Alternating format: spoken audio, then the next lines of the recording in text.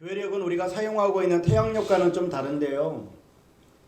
태양력은 1월 1일부터 시작하고 12월 31일까지 마치는데, 교회력은 대림절부터 시작해서 오순절까지 마칩니다. 그리고 오순절 지나서 이제 오늘 이제 왕이신 그리스도의 주일까지 해서 1년이 마무리되어집니다.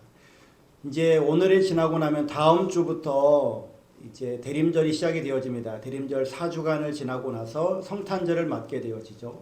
성탄절을 지나고 난 다음에 1월 6일이 되어지면 주현절이라고 해서 주님이 세상에 나타나신 날이라고 하는 의미와 함께 주님께서 신적인 그런 영광을 나타내신 날이라고 하는 의미도 담고 있습니다. 주님께서 어쨌든 세상에 당신을 드러내신 날이라고 하는 이 주현절을 시작으로 해서 이제 절기가 진행이 되어지다가 1월 6일부터 이렇게 지나다가 이제 사순절을 우리가 맞닥뜨리게 되어집니다. 사순절을 6주간 보내게 되어지죠. 이 6주 중에서 마지막 이제 6번째 주간을 우리는 고난 주간이라고 합니다. 예수님께서 예루살렘 성에 입성하신 후에 그리고 나서 한 주간 동안 이제 사역을 하시고 마지막 이제 순환을 당하시게 되어지죠. 그리고 십자가 못 박혀 죽으신 다음에 부활하십니다. 이 부활하신 날을 일컬어 우리는 부활절이라고 하죠.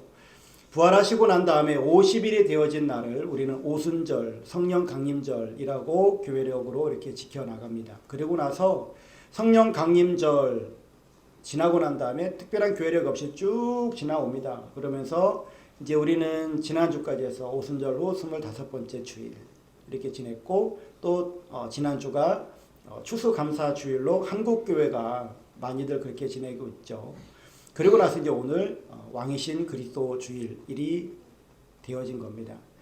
이렇게 이제 왕이신 그리스도 주일, 예수님께서 우리 왕이심을 선포하는 이날, 우리가 하나님 앞에 더욱더 감사한 마음을 다해서 찬양을 드리고 감사 나눔으로 예배로 나아가려고 합니다. 그리고 이제 오늘 본문에 있는 이 말씀을 통해서 우리가 신앙의 열매를 맺기 위해서 어떠한 삶의 자세가 필요한지를 우리 말씀을 잠깐 나누려고 하는데요. 먼저는 신앙의 열매를 맺으려면 목사와 성도가 모든 좋은 일에 함께 해야만 합니다. 6절 말씀에도 보면 가르침을 받는 자는 말씀을 가르치는 자와 모든 좋은 것을 함께 하라 라고 말씀하시죠. 갈라디아 교회 성도들은 바울과 온전히 하나가 되지 못하는 그런 모습을 가지고 있었습니다. 바울의 말을 듣기보다 여기저기 귀동냥해서 듣는 그러한 이단들의 꼬임에 빠져 있었거든요. 이런 부분에 대해서 바울이 지금 단호하게 그들을 향해서 꾸짖고 있는 것입니다. 성도들이 신앙의 좋은 열매를 맺으려면요, 교역자와 아픔도 눈물도 함께하면서 꿈과 사랑과 감사도 함께 나누어야만 합니다. 여러분 그거 혹시 아십니까? 현대 그리스도인들은 3명의 담임 목사를 모시고 있다.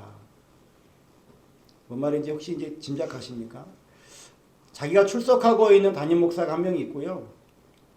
유튜브 담임 목사님이 한 분 계시고요.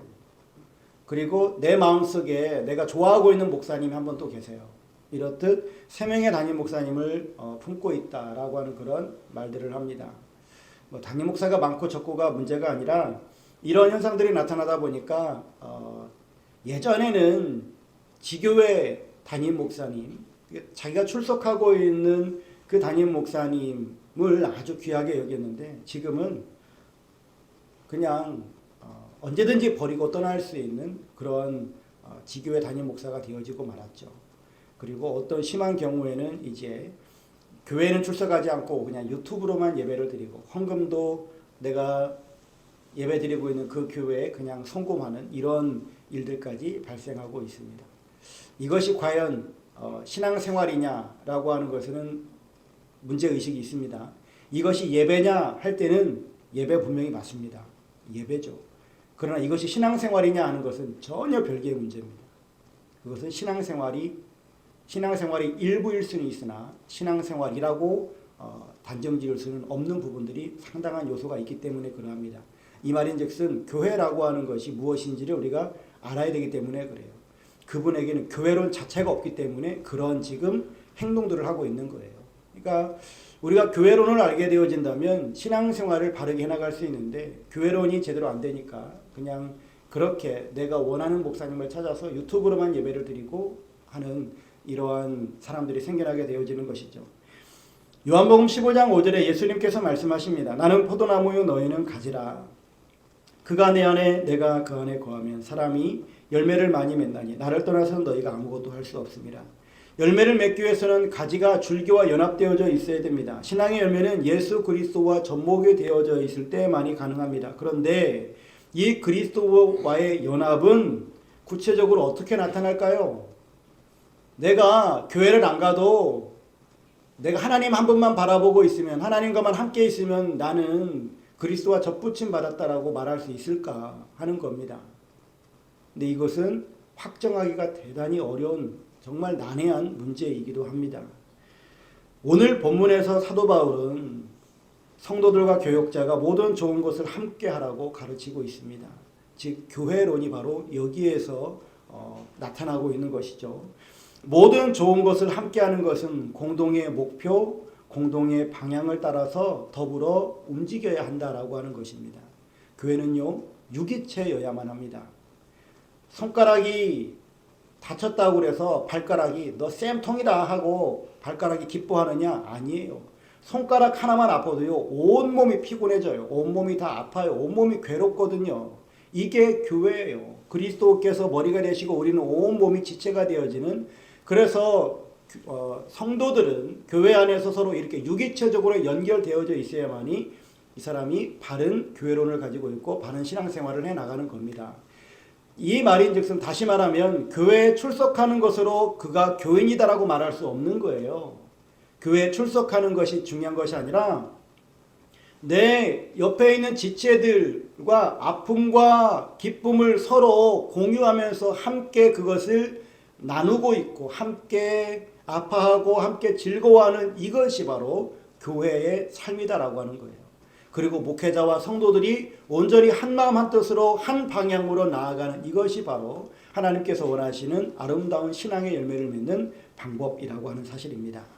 두 번째는 성령을 위하여 심을 때 성령의 열매를 거두게 되어집니다. 8절 말씀해 보니까 자기의 육체를 위하여 심는 자는 육체로부터 썩어질 것을 거두고 성령을 위하여 심는 자는 성령으로부터 영생을 거두리라 라고 말씀합니다. 사람은 자기가 심은 것을 따라서 열매를 맺죠. 7절에도 보십시오. 스스로 속이지 말라. 하나님은 업신여김을 받지 아니하시나니 사람이 무엇으로 심든지 그대로 거두리라. 콩을 심으면요, 콩을 맺게 돼 있어요. 사과를 심으면 사과가 맺게 돼 있는 거예요. 콩을 심어놓고 팥을 기대한다거나 사과를 심어놓고 감을 기대하는 이것은 불가능한 일이에요. 기독교 신앙은 농사짓는 원리와 같습니다. 좋은 것을 심으면 좋은 열매를 맺어요. 육체의 소욕을 심으면 육체의 열매를 맺을 수밖에 없는 겁니다. 성령을 위해서 심을 때 성령의 열매를 맺게 되어질 줄로 믿습니다. 우리의 모든 삶이 개인 생활이든 가정 생활이든 교회 생활이든 성령의 열매들이 맺혀져야 될 터인데, 그러기 위해서 우리는 성령의 열매를 맺고 싶다 맨날 이렇게 주문만 외우지 마시고, 성령의 열매를 맺고 싶다면 정말로 눈물과 땀을 바치는 기도가 있어야 되고요, 헌신이 있어야 됩니다. 그리고 그 열매를 우리가 조금씩 맺어가는 그런 과정 가운데서도 감사와 감격이 있을 때에 우리에게 더욱더 많은 열매들이 맺어지게 되어질 줄로 믿습니다. 여러분, 중요한 것은요, 여러분들이 지금까지 살아온 생애보다 남은 여생이 더 길다라고 자신할 수는 없어요. 이 중에 그런 사람도 있고 그렇지 못하신 분들도 계실 거예요. 그런데 정말 중요한 건 내 지나온 생애보다 남은 생애가 더 빛나야 하지 않겠습니까? 더 빛나야 되겠죠. 주님을 더 닮아가고 주님을 더 기쁘시게 해드리는 이러한 삶을 우리가 정말로 살아가길 원한다면 지금까지 내가 어떤 것을 심었느냐, 그것보다 지금부터 내가 무엇을 심을 것이냐, 우리 이것을 생각하고 정말 성령으로 심고 성령님께서 맺게 해주시는 열매를 맺어가실 수 있기를 주 이름으로 축복합니다. 시편 126편에 눈물을 흘리며 씨를 뿌리는 자는 기쁨으로 단을 거두겠다라고 말씀해 주시잖아요. 네, 눈물을 흘리며 씨를 뿌릴 수 있는 여러분들의 삶이 되시길 축복합니다. 그러면 때가 되면 열매를 딸 수 있다라고 하는 이 진리를 말씀해 주십니다. 9절에 우리가 선을 행하되 낙심하지 말지니 포기하지 아니하면 때가 이름에 거두리라. 예, 눈물의 씨앗을 심으면요 반드시 열매를 맺습니다. 기도의 씨앗을 심으면 반드시 응답의 열매가 있는 줄로 믿습니다. 여러분, 우리가 믿음으로 심을 때 하나님께서는 반드시 우리의 기도에 응답하셔서 우리에게 좋은 것으로 열매 맺게 해주실 줄로 믿습니다.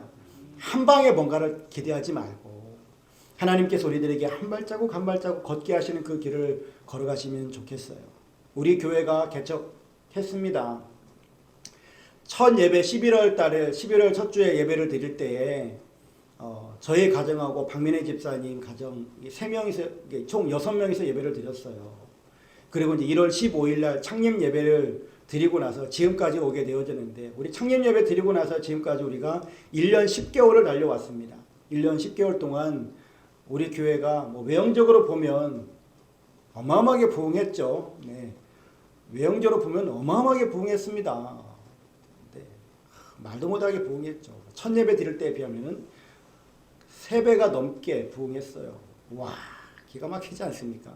하나님께서 우리 교회에 이렇게 큰 기쁨을 주셨어요. 그리고 우리 교회가 이제 더 좋은 곳으로 나아갈 수 있는 또한 발판을 하나님께서 또 마련해 주셨어요.